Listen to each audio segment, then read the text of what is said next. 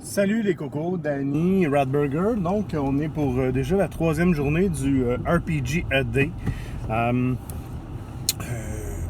une question aujourd'hui que, je trouve que c'est une question qu'on a peut-être un peu définie hier. On va se lancer. Donc, la question est, qu'est-ce qui fait en sorte que tu as le goût de transformer une game en long shot, tout ça? Ben écoute, je pense qu'il y a trois choses là-dedans. Trois choses. La première, les deux premières sont très très reliées. Moi, la première chose, c'est, on a parlé la fameuse vibe, hein? Qu'est-ce qui nous fait vibrer, qu'est-ce qui me stimule dans un jeu. Je regarde un jeu, je me dis, oh, ça c'est de quoi, ça, je vais avoir du fun, les gars vont triper là-dessus, ça va être écœurant. Cette fameuse vibe-là, ben, c'est sûr que si tu l'as pas ou si tu fais tes games, tu ouvres les livres, tu es déjà ambivalent là-dessus, ben, ça ne scorera pas fort ton affaire. Deuxième chose, cette vibe-là, est-ce qu'elle amène l'inspiration? Est-ce qu'elle amène l'inspiration pour aller plus loin, pour aller vraiment chercher ce que tu as besoin pour peut-être des mois ou des années en avant. Donc là, ça dépend vraiment, encore une fois, de la fameuse vibe. Troisième chose, et là, ça c'est critique. C'est qui y a autour de la table? Et là, je vais encore ramener ça à l'espèce de vibe encore, je suis fatiguant avec ça. Mais bon, cette vibe-là qui dit, est-ce que ça vient toucher les joueurs? Est-ce que tu vois que les joueurs, tu sais, ils te font des personnages qui sont motivants? Tu sais, c'est sûr que si le gars il te fait un personnage qui est très so-so, puis qu'il a dit, moi on va faire ça, puis bon, tu sais, je sais pas trop quoi jouer, et boy, tu vois que c'est... manque-tu quelque chose? Pourquoi t'es pas... Qu'est-ce qui te manque pour avoir ton bonheur, là? Il y a peut-être de quoi qui est manquant là-dedans. Mais ça, c'est à se questionner là-dessus, savoir, ben là, on embarque dans un jeu peut-être pour un petit bout, il faudrait que tu sois motivé, mettons.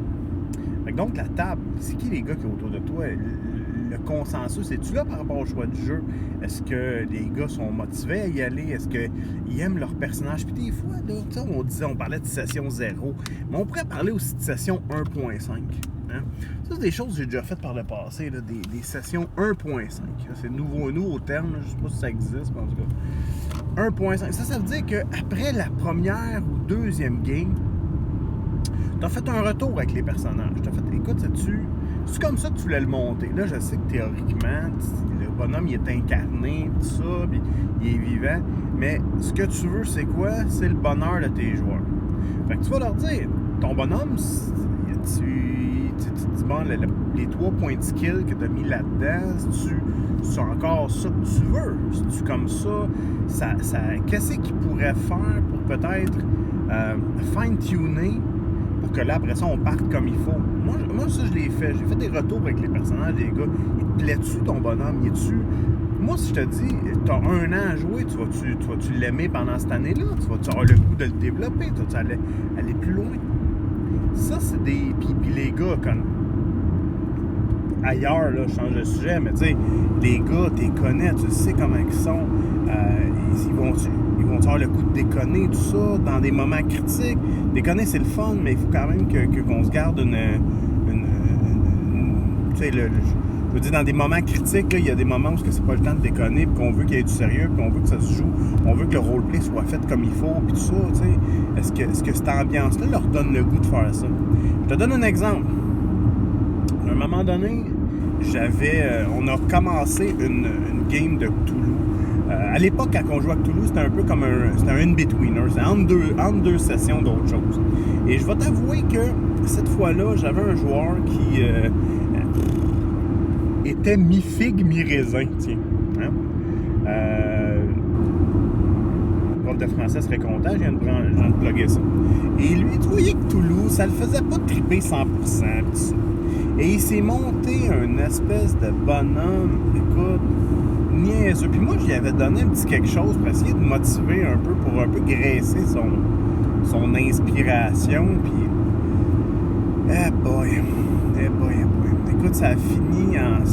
écoute, j'ai scrappé 2 modules avec ce gars-là.